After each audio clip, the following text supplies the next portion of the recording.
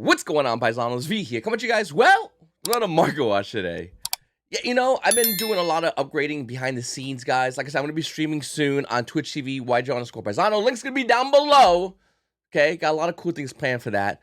So I'd greatly appreciate you guys check that out. I just bought the second DSLR camera. I'm really improving everything. It's going to be really fun. I'm really excited about all the decks and whatnot. Like, I have all my decks laid out over here.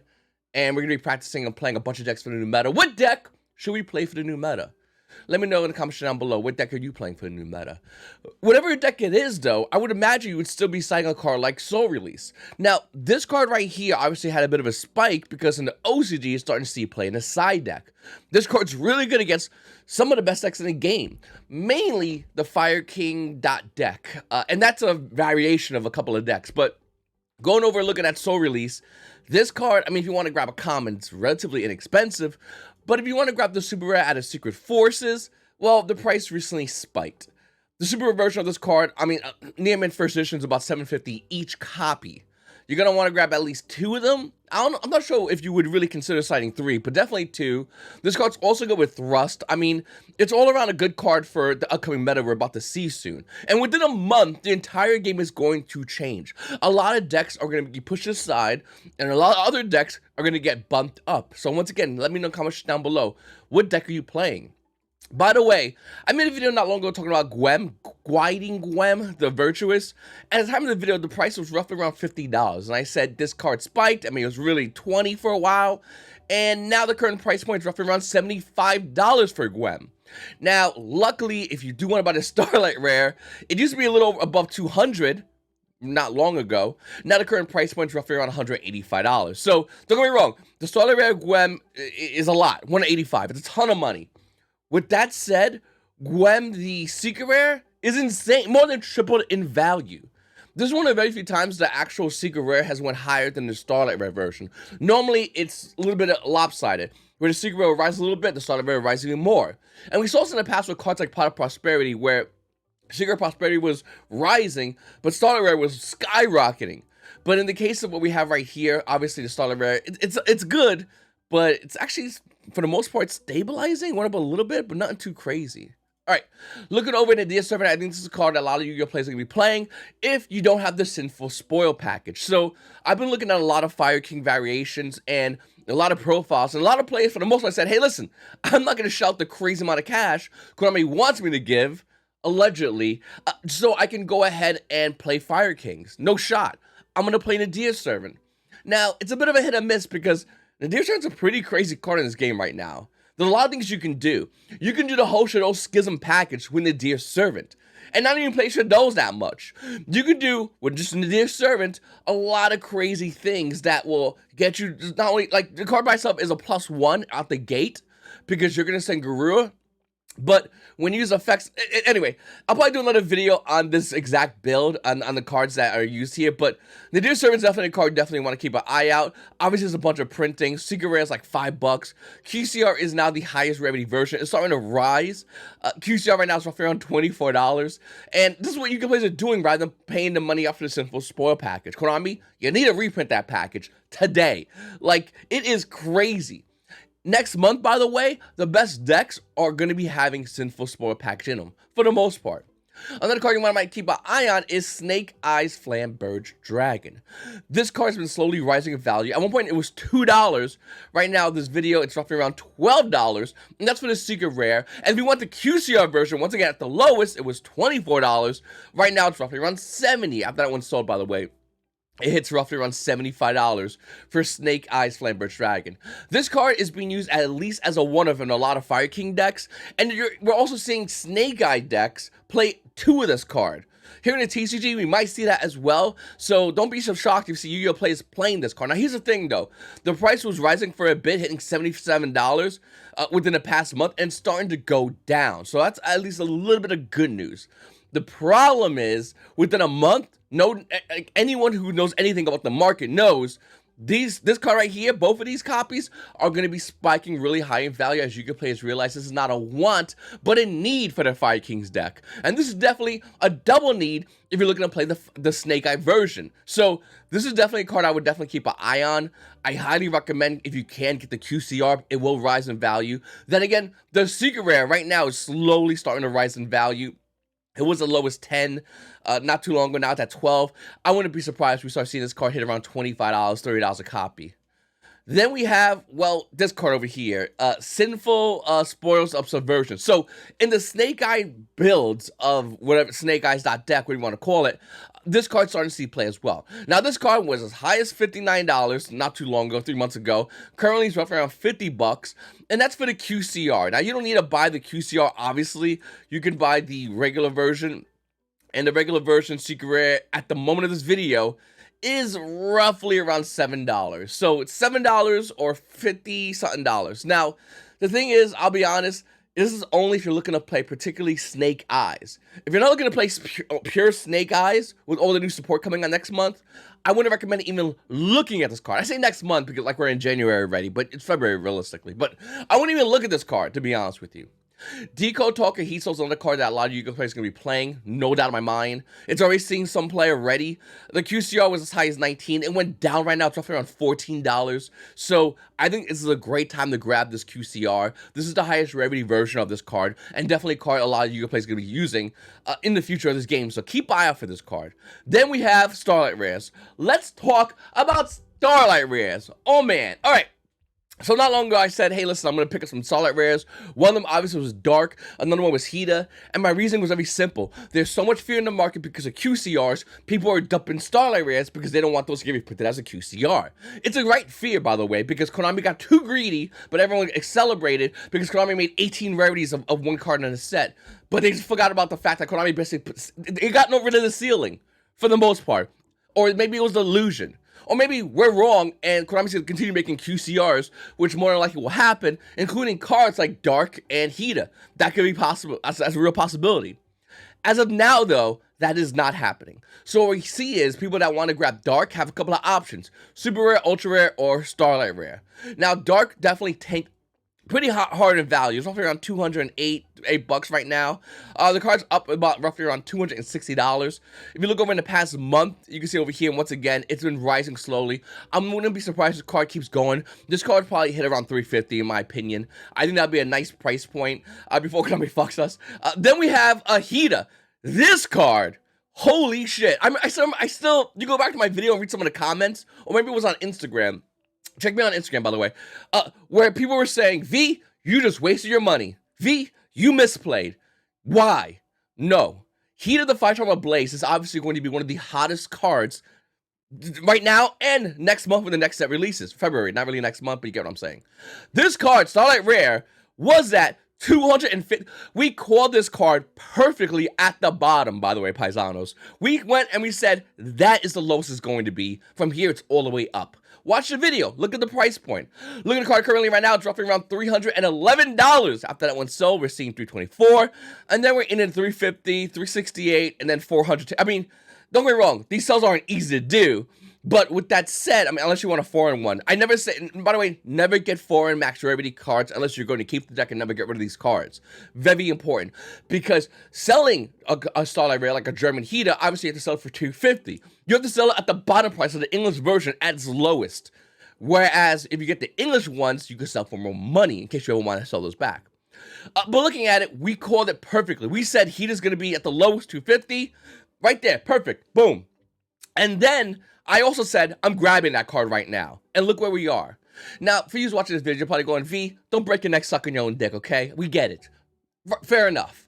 I'll tell you another Starlight Rare I just recently bought, and I think you might want to consider picking up. Is that fair? I think that's fair. We'll keep doing these, and we'll see what happens. It's fun. Why not? The Starlight Rare I bought, actually bought this yesterday, was Skyshaker Ace Rose. This card is dirt cheap. In the past month, it went from $220 to where it is right now. In the past 3 months, it was $280. 6 months, it was $300. And the past year, well, no, it's still around $300.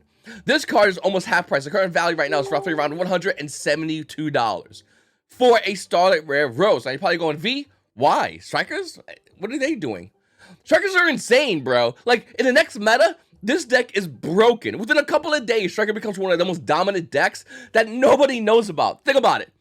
3 Upstart Goblin, 3 Mind Control, Snatch Shield. What do they all have in common? They're all spells. Strikers, what does that shit say? Oh, if you have a bunch of spells in graveyard, at least 3, I do extra goofy shit. The deck's broke. We have 2 Engage, Konami? You gave us 2 Engage and a full unlocked extra deck? Strikers is low-key one of the best decks in the game. And it's gonna get more support, of course it is. There's a manga, or animated manga out online about it already. Of Strikers, of the Striker story. Konami loves this deck, and more than likely they'll continue to support this deck, and we'll see more support in the future. Guaranteed we got already, but we're gonna get even more than what we already currently have. I wouldn't be surprised if that was to be the case, because this is definitely a fan favorite deck. This deck's been around for a long while, and looking at Sky Striker Ace Rose, this is the highest rarity. And if a QCR did come out, it would go down temporarily, Starlight Rare Rose, but it would rise eventually because it is the highest rarity version. Now, we could debate all day long about Sky Striker Ace Engaged. You get the QCR or Secret Rare. I personally like the Secret Rare more. I like the artwork. It looks infinitely better. It matches the sleeves, but it's up to you. But Sky Striker Ace Rose is definitely a sleeper. It's going to be rising in value. I think Sky Striker Ace Rose, by next month, is going to be the best deck of next month. Coming out of next month, Rose is going to be catching everyone looking left and right. And Sky Strikers in general, just because of how fast and how aggressive the deck can become. Because we have 3 Upstart Goblins. Just Konami, thank you for randomly making Strikers really good without specifically saying, we're not really saying Engage to 3.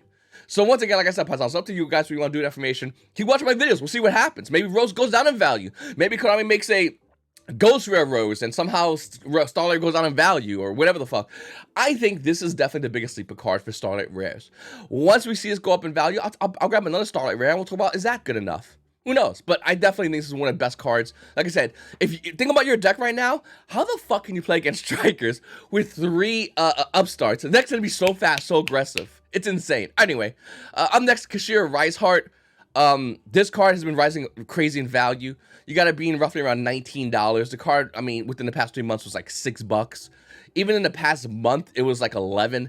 The card's obviously rising in value because a lot of Yu-Gi-Oh players who are playing Fire Kings right now are playing 1 Riseheart in their builds. Makes perfect sense to me. You go 3 Fenrir, 1 Riseheart. Super consistent, super good. If you do get Drolled, you still have a Fenrir on board. I mean, Riseheart's crazy value. You can also special summon the Riseheart. And then summon that level 4 Fire King monster for his name. Go like Abyss Dweller, so that's pretty nifty. Once again, I just think Kashira Riseheart is definitely one of the best cards as well. At least for the next month until we get the new support. So, listen. I just choked my own words. Listen, I'm not a big fan of QCRs. I'm the first to say that between anything else. I think Starlight Rares are better. With that said, if the highest rarity is QCR, I'll be the first to say you should grab it.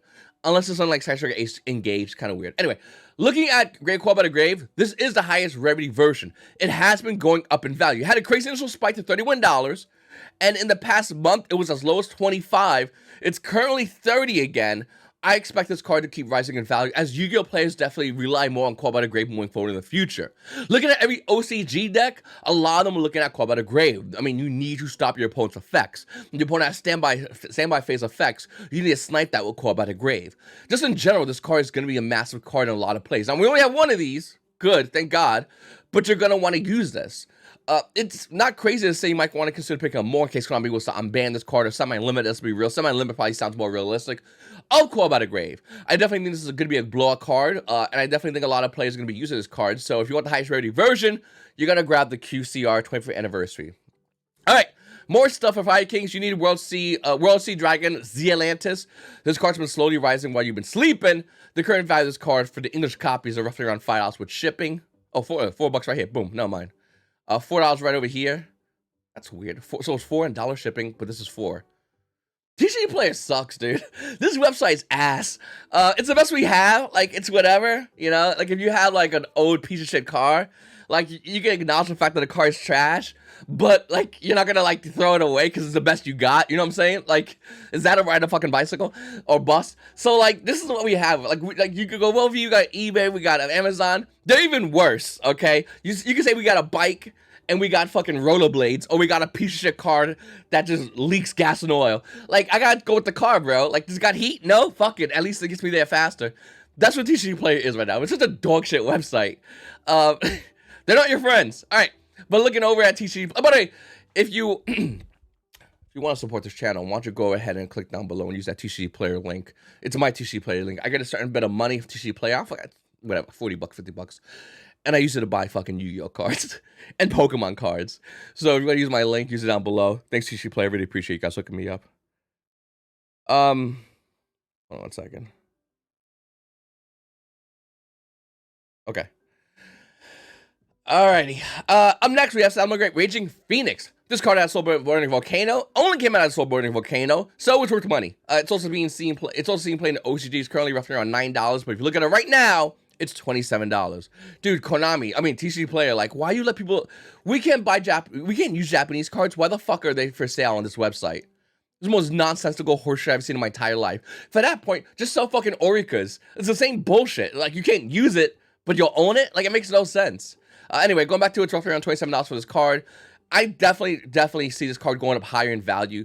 It was a 29. It went to as low as 18. It's back up to 27. I don't think it's going to see back down for a while.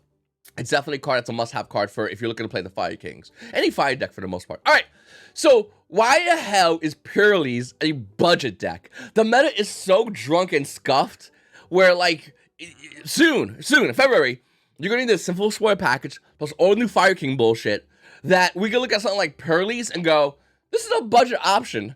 It's a pretty good budget option.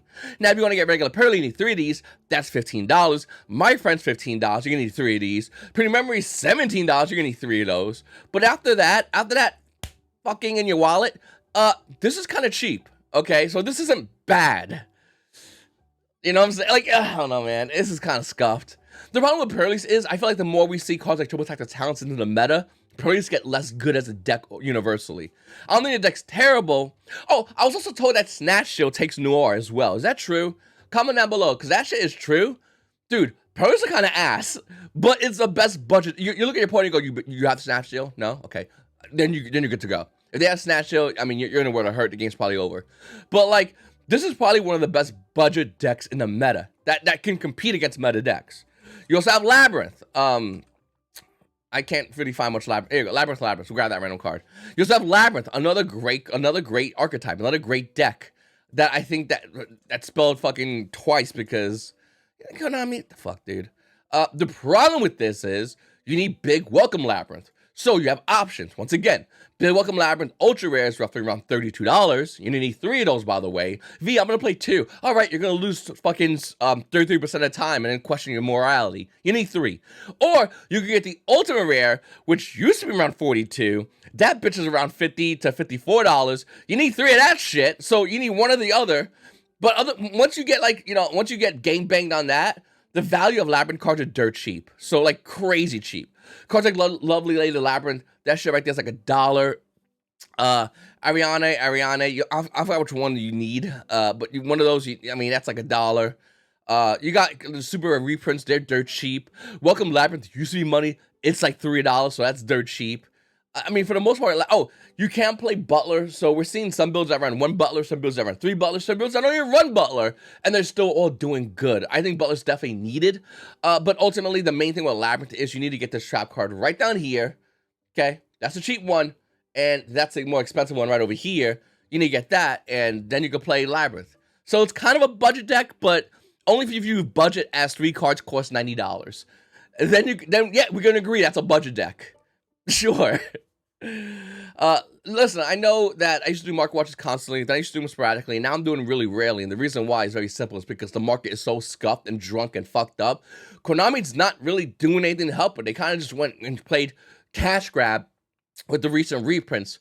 So there's a much for me to go off of as far as what to buy, what not to buy, what to sell, what not to sell. Unfortunately, the best investments in the market is high rarity cards, unfortunately.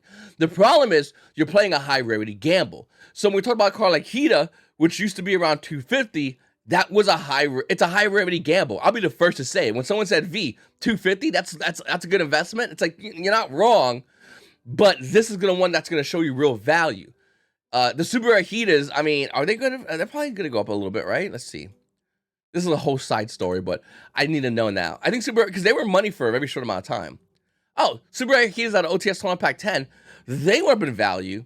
They used to be around $4 3 months ago. They're currently roughly around Move the foreign ones out the fucking way. Like $9. No, it's a foreign one. I bet you the foreign heaters look nice as hell. If I didn't get the Starlight Rare, I would have got like a super rare Italian easily. I bet you that looks insane. But yeah, $9.50, $10 for super rare heaters. So it's like, listen, it's like with the market, you have two options: die or be killed. Like that's what Konami basically led us when they made like the QCR vomit that just recently released by reprinting Starlight Rares as QCR. So the market is a little bit all out of funk right now. It's out of sync. Can it get back to normal, or is this the new normal? I really don't know. Let me know in the comments down below. What I do know is I'm going to be streaming soon. Once again, check me out on Twitch TV, YGOPaisano. I put a lot of money into streaming as far as like doing remote duels. I talked to a couple of remote duel locals who stream, so we're good to go. I don't have a set schedule yet, but I'm going to come out with that soon. I bought a second DSLR camera. I got to buy the cable management for it. I got a lot of cool ideas. I got a lot of fun stuff, and I would greatly appreciate you guys come over, hang out, we talk Yu-Gi-Oh, talk about the game. I'm not gonna really, blow smoke up your ass if something's goofy. Like if you're like V, is Super Rare Heat a good investment? Fuck no, it's not. Like I'm not gonna like lie to you, so I'm not gonna like sit there and just deal with that bullshit. But we're gonna hang out. We're gonna have a good time. We're gonna talk about Yu-Gi-Oh, talk about the thing we love. Konami sucks. Some of the players suck. Some of the judges suck. But I'll hang out with judges, Konami staff, players any day of the week. Because individually, a lot of these players are great. It's when you see it as a whole thing, the whole system kind of sucks. The game itself, though, is amazing. Yu-Gi-Oh! The game itself is great. And even when I go to play Pokemon, when I travel to go play at Pokemon events, well, I have that video coming up next about the end of January. I still enjoy playing Pokemon, but Pokemon is checkers compared to Yu-Gi-Oh, which is chess, and I'd rather play Yu-Gi-Oh. It's just the support structure is ass. As far as remote dueling, though, I'm really excited about that because I can go back and do what I like to do, which is play Yu-Gi-Oh, hang out with you paisanos, talk about the game, talk about the cards. Do we get this deck? Do we build this deck? Is this a good tech card? So we're doing all that shit on stream, Twitch TV, YGO_Paisano, and I can't wait to see you there. It's your boy V, and you paisanos have a great day.